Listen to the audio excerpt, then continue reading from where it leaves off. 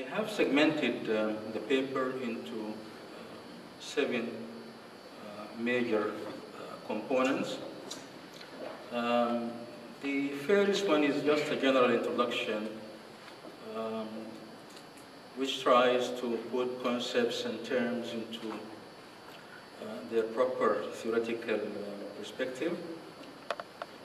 The second part is titled The Sudanese Society and the Ethnic, and it draws our attention to issues of society and the ethnic, and the type of relationships between the Sudanese political system and the minority groups which are part of that political system. Here we develop, in fact, 3 mutually exclusive models which attempt to deal with the ethnic problematic. These 3 theoretical perspectives are the melting pot and the cultural pluralism and the core culture approach. In addition to that, this part of the paper deals with the implications of adhering to each one of these 3 theoretical models. In part 3, in fact, attempts to furnish or to give a background to the politicization of ethnic sentiments in the Sudan, in the sense that it looks at the evolution of this process in its historical context, and it also diagnoses the factors that facilitated that evolutionary process. Foremost among these functions are achieving certain material goals. I call this material goals. A second major function of ethnic politics in the Sudan are the psychic goals, i.e. the esteem of the victim. Number 3 is that ethnic politics tend to share certain basic civic values and certain ethnic political goals. Here, our major concern is to trace the process through which sub-national consciousness has been expressed in political terms. We identify here historically 4 distinct phases which are discernible and through which ethnic politics have expressed themselves. The first one is the colonial period, and during this period we find that the ethnic politics were part and parcel of the national struggle to rid the Sudan from the colonial rule. So the ethnics, in fact, operated through or part of the national political parties, right? Then phase 2, as the country attained its sovereignty, we find that there are rudiments or preliminaries of ethnic steerings which began to show themselves in the form of social associations, in the form of guilds, in the form of social clubs, right? Then the third phase, it saw, and this is in fact after the October Popular Uprising, 1964, you can see the steerings or the formation of decisively clear political parties which are ethnically or regionally based. The climax of this process is phase 4.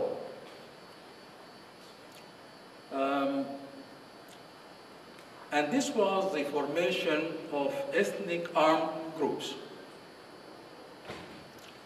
as exemplified, for instance, by the SPLA, right? The SLM, the Justice and Equality Movement in Darfur, and the Eastern Front in the Bija Mountains. This, in an operational sense, refers to the dominant responses of Sudanese ethnic groups to the political milieu of Sudan. And in this sense, the paper develops 3 conceptual ethnic responses, right? To what I call the crisis of the state in Sudan. And these 3 responses are accommodation, separatism, and politics of radicalism. In fact, if we look closely at each of these 3 responses, we'll find that each one of them is significantly influenced by the cultural framework of ethnicity and the availability of political institutions to express ethnic claims on the polity. I.e., you might conceivably find one ethnic group, for instance, strongly desiring to accommodate itself within the existing political system, while at the same time you find another which may have strong cultural traditions tending to keep itself separate. Here we look first at our 3 theoretical models, that is of accommodation, separatism, and radicalism, and try to see which one of them would offer a better future for the Sudan in terms of peace, harmony, unity, and futuristic, viable state in that violence-ravaged country. The paper also looks critically into a new concept that is making now its appearance in the political parlance, namely the concept of failed or collapsed state.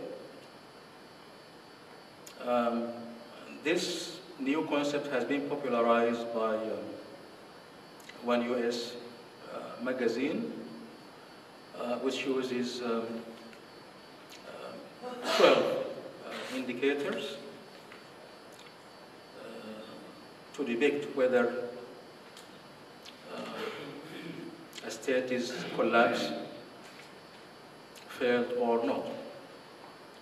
And the term can be conceptualized to mean a state which is unable to reproduce the conditions for its own survival, state that fails to control its own territory, state that fails to provide basic needs for its citizens.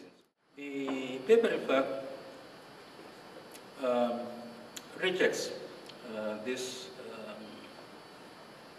concept as a basis for instance, for international military intervention, because the enthusiasts for this concept cite from history examples of Germany, Italy, Japan, Austria after World War II. My thinking is that those countries could have restored democracy and order without military intervention from without. And in fact, the present examples of countries like Iraq and Afghanistan would really substantiate this case. It is not a question of struggle of identities. It is not a question of environmental degradation. I think it is. It has mainly to do with this basic issue. And from that point, the paper proposes a two-pronged strategy to effectively deal with this issue. The first strategy is economic in nature, right? We propose an economic program with a social content to stem poverty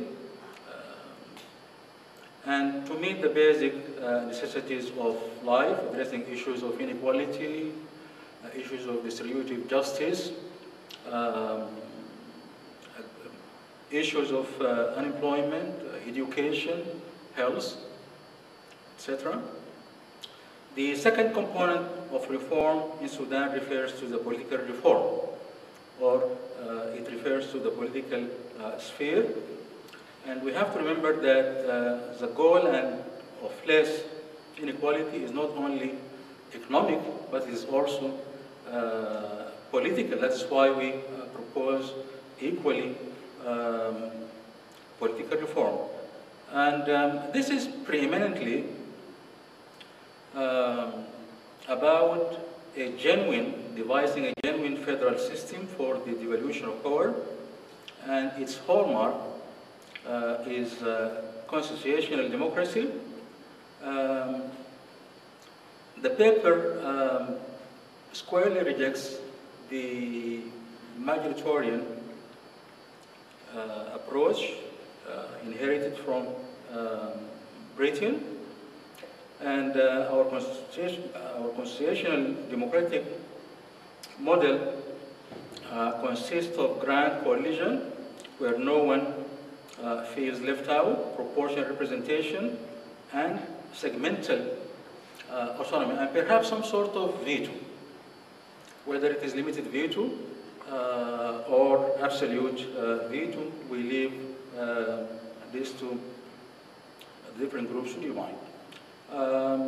To my mind, constitutionalism is not only the best system of government in segmented society like Sudan, but perhaps provides the only viable system of government for these societies like Sudan.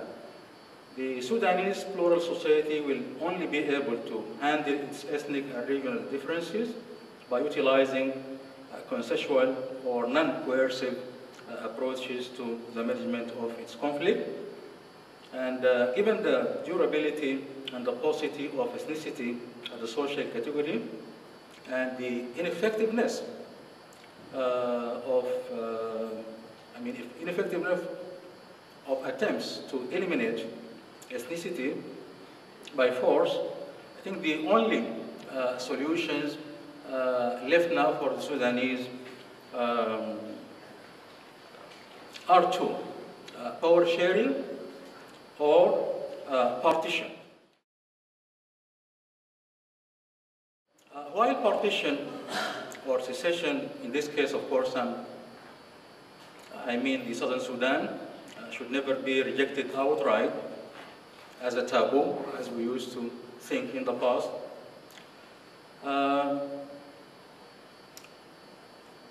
its considerable disadvantages should render it the solution of the last resort. Before I retire, two important sources in mind. I have lived and worked for the last 13 years in Malaysia, and the constitutional model that Southeast Asian nation is practicing is really remarkable. Since 1957, since its independence, Malaysia has been governed by one coalition. It is the Barisan Nasional in Bahasa Melayu language, the National Front. And it's very interesting that we have a coalition of over a dozen of political groupings representing different ethnic groups in the country. The coalition is based on social contract, and the hallmark of that coalition is power sharing. Of course, Bosnia is another good example, following the Dayton, Ohio agreement. They put in place a model based on power sharing between the Croats, the Serbs, and the Muslim Bosnians. I think the role of the elites in the Sudan is central to the smooth working of the political system and to ensure its sustainability.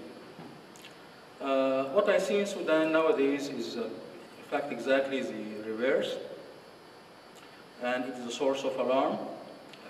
I can see that some elites from both sides of the government of national unity are agitators, in fact, rather than pacifiers. And this has to stop if we want to give peace a real chance.